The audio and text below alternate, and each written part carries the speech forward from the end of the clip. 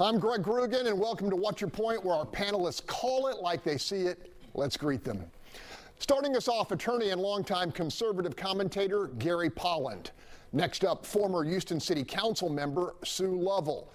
In the 3 spot, writer and public policy consultant Charles Blaine. Batting cleanup, Bob Price, associate editor of Breitbart, Texas.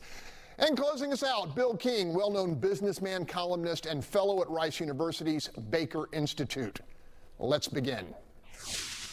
Occasionally we see that people try to make political hay and blame and engage in the blame game after a disaster like this.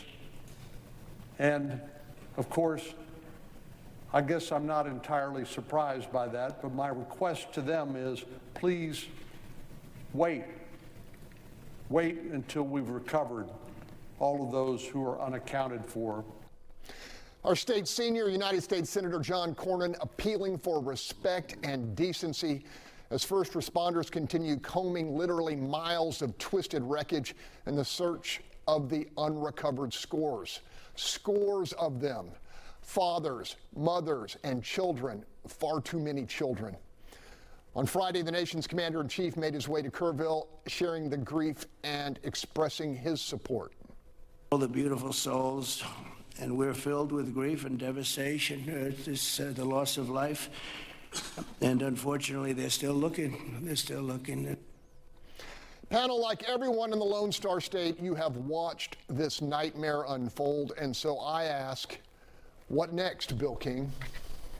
You know, Thomas Paine, one of our founding fathers, said that no man is a greater slave than that who is enslaved by the spirit of partisanship. And again, what you read on social media right now about this just makes you sick to your stomach.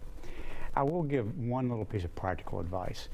Right after Hurricane Rita, that disastrous evacuation that in which about 300 people died, I ended up chairing a task force that looked at what went wrong in that evacuation and trying to come up with recommendations. We took testimony for a year, hundreds of hours, made dozens of recommendations, and I will tell you that almost everything we thought about that in the early days turned out to be wrong.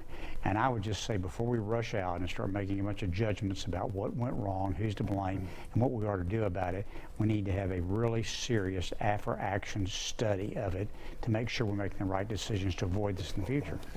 Sue, you're a mother and, more importantly, a grandmother raising a beautiful grandchild. I know this had to hit you particularly hard because they're your granddaughter's age, a lot of these girls. Well, you know, I think it hit everybody hard.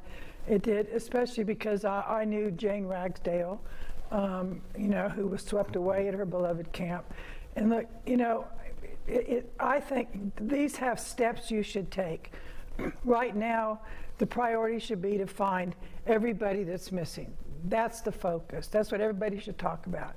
And now the families, I mean, this weekend, there was like 10 funerals. There's going to continue to be funerals, through the time.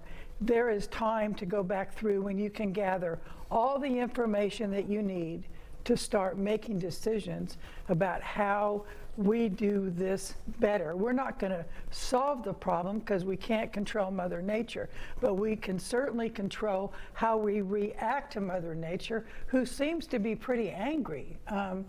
Recently, all our storms have been pretty brutal. So I think, correct to take the steps we need to take, and right now the focus should be finding the people that are still missing so they can be returned to their loved ones and they can grieve. On the issue of bringing partisan politics into this, State Representative Ron Reynolds came on our air here on Fox 26 this week, said he didn't want to be partisan, then proceeded to say the Republicans have been in charge for 30 years, and if there's any deficiency in preparation, it's on them. Is that productive, Charles, or is that justified?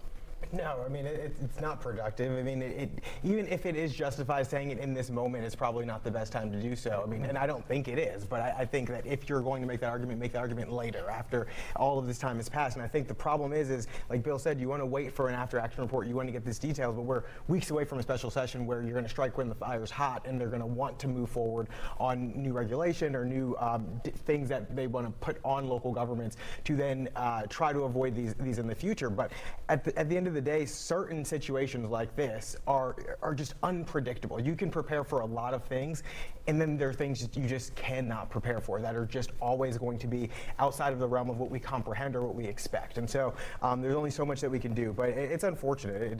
There's really not much more to say for me. I happen to know, because I've known him for well over a decade now, Bob Price and his lovely wife Lana go to the hill country sometime in their RV. You know that area. Well, I do know that area. I used to camp at La Junta, which is right next to Camp Mystic. My dad used to live on the hill right behind the store in Hunt. Wow. And, you know, it's a tragedy what happened to these people. I'm going to take exception a little bit here. It's not Mother Nature's recently been angry. There's canyons there that are hundreds of feet deep that were carved out of rock by these raging waters. It's been going on for millennia. And, you know, it's a horrible thing that happened here. There was warning sent out on Thursday by the Governor's Texas Division of Emergency Management telling they were putting assets in place because they predicted this flooding was coming. People didn't heed it. When you go camping, you want to get away from everything. You turn your cell phones off. You turn notices off. All of these kinds of things. So you got to pay attention in these kind of situations. Gary, close us out here. Okay, well, first of all, the blame game doesn't help anybody. Secondly, there's not a partisan argument on flooding. I mean, I assume everyone's against it. So what we ought to do is figure out what we need to do that we can and learn lessons from the mistakes we end up making without saying and blaming anybody. Second point, I want to shout out to Lisa Falkenberg of the Chronicle. The column she wrote about flooding and the crazy rhetoric coming online from those who just don't get it was outstanding. And you talk about funerals. I have a funeral to go to today for Molly Schaefer, who helped save her husband and then got washed away in her car down the river. So it strikes, I think, everybody in Texas who knows probably someone who has hit this tragedy. It's really unbelievable. All been touched. Still to come, first-class airfare and a $1,200 per night hotel suite, both funded with your tax dollars by county leaders facing a budget crisis. But up next, recovery and prevention. Governor Greg Abbott says lawmakers must address both in a special session aimed at better protecting those in the Hill Country.